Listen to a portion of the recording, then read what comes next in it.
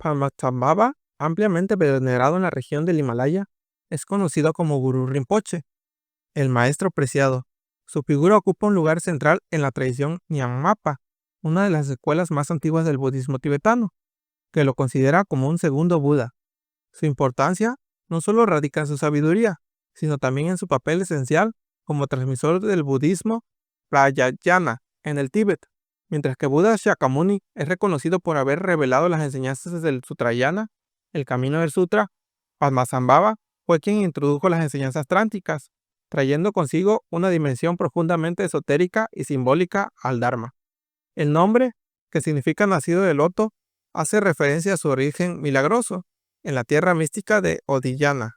Se dice que en el noreste de esta tierra sagrada, en medio del lago Danakosha, surgió una flor de loto multicolor, como manifestación directa de las bendiciones de todos los Budas. Movido por la compasión hacia los seres sintientes, el Buda Amitabha proyectó desde su corazón un braya dorado con la sílaba Acherit, que descendió sobre la flor, y de allí emergió un niño de 8 años, de belleza y perfección incomparables. En esa misma época, el rey de Odiyana, Indrapurti, se encontraba en una situación crítica. Había agotado completamente sus tesoros como consecuencia de su desbordante generosidad hacia los pobres y necesitados de su reino.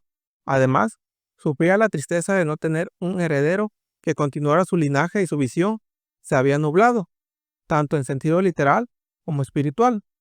En busca de una solución, emprendió una travesía hacia el lago Danakosha, con la esperanza de encontrar una joya legendaria capaz de conceder todos los deseos. Al regresar con esa joya, se encontró con un niño extraordinario, cuya presencia irradiaba majestuosidad y misterio. Intrigado, el rey le preguntó sobre su origen, su linaje, su nombre y propósito. Aquella criatura no tenía padre ni madre terrenales, y su aparición no era fruto del mundo común, sino del reino de la sabiduría trascendente. Padmasambhava fue recibido en el reino y más tarde se casó con la Dakini Prabhavati, instaurando un periodo de gobierno basado en los principios del Dharma. Bajo su guía, el reino experimentó una era de paz, alegría y virtud, pero, aunque su gobierno era justo, Guru Rinpoche comprendía que su verdadera misión no era reinar, sino llevar beneficio espiritual más allá de las fronteras de un solo reino. Deseando dejar el trono para dedicarse plenamente al camino del despertar, pidió permiso para practicar, pero su petición fue denegada. Fue entonces cuando empleó un método hábil. Durante una danza ritual en el techo del palacio, dejó caer su tridente, causando la muerte del hijo de un ministro que iba a renacer en los reinos del sufrimiento. Al liberarlo del ciclo de Sansara y enviarlo a un reino búdico, Padmasambhava cumplió un acto de profunda compasión, aunque fue malinterpretado por la corte y finalmente expulsado del reino. Así comenzó su andar por lugares oscuros y poderosos, como la Arboleda Helada, el Osario de Sitabana y otros cementerios espirituales significativos. En estos lugares, Padmasambhava no solo buscó refugio, sino también la transformación interior. Allí recibió iniciaciones sagradas y bendiciones de poderosas Dakinis, conocidas como las domadoras de maras y la sustentadora de dicha.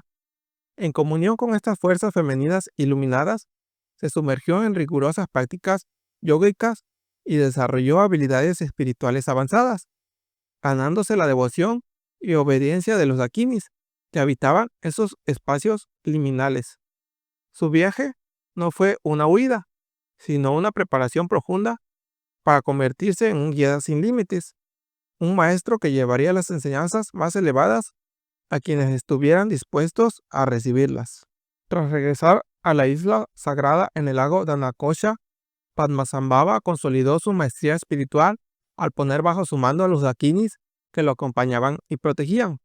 No solo eso, también sometió a los Nagas, las poderosas entidades acuáticas que habitan los océanos, y a los espíritus planetarios que gobiernan los cielos, integrando en su esfera de influencia tanto las fuerzas terrestres como las celestiales. Los Dakas y las Dakinis de sabiduría, reconociendo su realización suprema, le otorgaron poderes sobrenaturales y Siddhis, los logros místicos propios de un gran practicante. En Bodh Gaya, En lugar donde Buda Sakyamuni alcanzó la iluminación, Padmasambhava se manifestó en el asiento de Vajra y desplegó una serie de milagros que revelaban abiertamente su naturaleza como un Buda automanifestado. No obstante, comprendiendo la mente limitada de los seres de esta área, adoptó la forma de un Nirmanakaya, una manifestación humana intencionada con el propósito de domesticar, guiar y enseñar a quienes aún estaban atrapados en la ilusión. Así, aunque en esencia era completamente iluminado, se presentó como si aún estuviera recorriendo el camino. Para beneficio de los demás, simuló recibir enseñanzas, practicar con dedicación y avanzar progresivamente a través de las etapas del despertar espiritual. Regresó a Sajor y unió su destino con el de la princesa real Mandarava, quien se convirtió en su consorte espiritual. Juntos viajaron a la cueva de Maratika, un lugar profundamente sagrado donde durante 3 meses practicaron intensamente la sadhana de la longevidad. Su devoción y realización fueron tan puras que el Buda Amitayus, el Buda de la vida ilimitada, se les apareció directamente. En esa visión, los empoderó con la bendición de una larga vida y los fusionó con su propia esencia, haciéndolos inseparables de su energía iluminada. Fue así como ambos alcanzaron el segundo nivel, Vidayara, el conocido como Vidayara con dominio sobre la vida, una etapa en la que la conciencia trasciende la muerte ordinaria y se convierte en canal directo de sabiduría y compasión activa.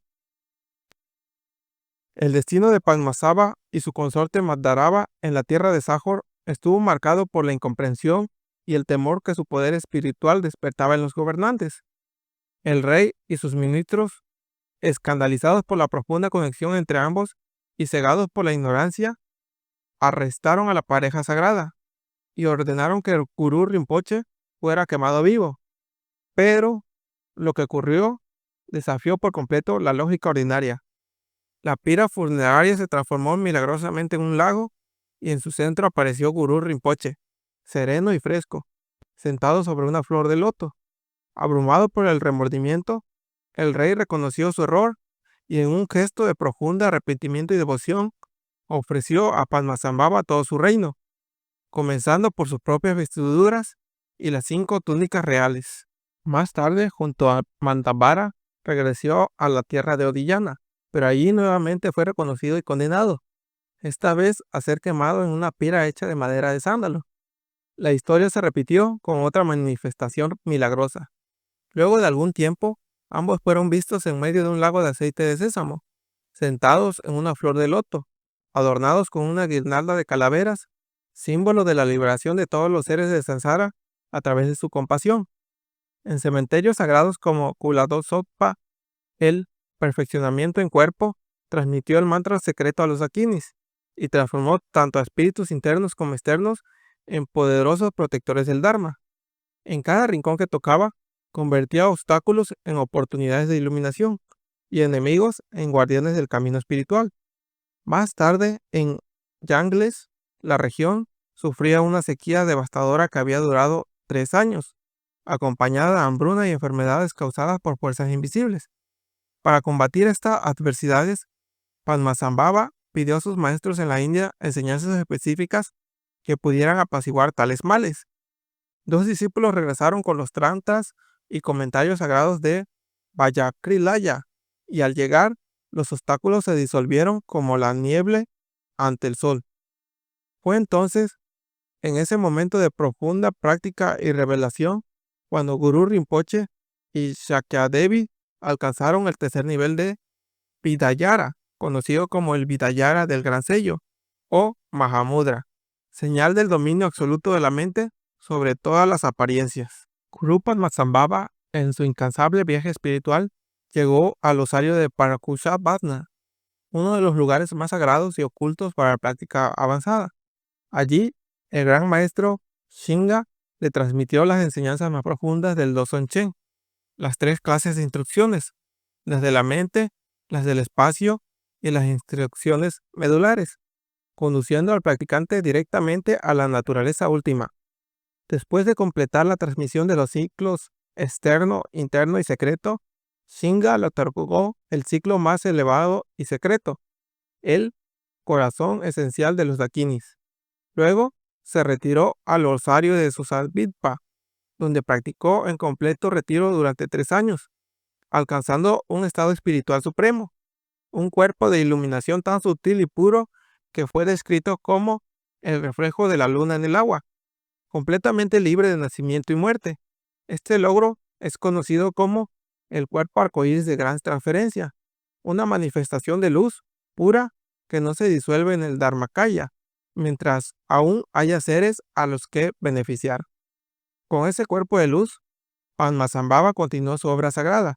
Viajó por distintos reinos de Asia, desde Mongolia hasta China, y llegó incluso a la tierra de Shanshun.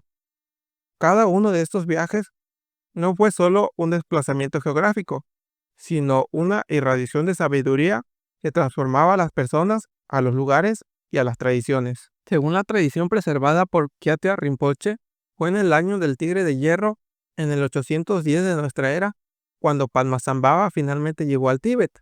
En ese entonces se decía que tenía más de 1000 años. Desde el momento en que cruzó los límites del Tíbet central, comenzó a subyugar a las deidades locales, espíritus y fuerzas invisibles que influían en el destino de los seres. A todos ellos les hizo jurar proteger el Dharma y servir a quienes lo practicaran. Su encuentro con el rey tibetano tuvo lugar en el bosque de tamariscos en Roca Roja. Padmasambhava, junto con Shantariska y Vimalamaitra, lideró la transmisión del Dharma, trabajando codo a codo con traductores tibetanos como Vairoksana, Kawa, Chokro y Shangyese. Juntos tradujeron los sutras, tantras y tratados fundamentales al idioma tibetano, sentando así las bases de la tradición espiritual del país. Las crónicas que narran su partida lo hacen con un lenguaje cargado de belleza y mística. Según la biografía conocida como Shanglinma, luego de entregar sus enseñanzas finales, Padmasambhava ascendió montando en un rayo de sol, elevándose sin esfuerzo hacia el cielo inmenso. Desde el sudoeste, volvió la mirada y envió un rayo de luz lleno de infinita bondad amorosa, estableciendo a sus discípulos en el estado de no retorno, libre del ciclo del sufrimiento. Rodeado por una vasta asamblea de dakinis que lo acompañaban como una nube viva y con música celestial resonando en el aire, Guru Rinpoche se internó en el horizonte luminoso, partiendo hacia el continente sagrado de Yakab para continuar su obra en beneficio de todos los seres.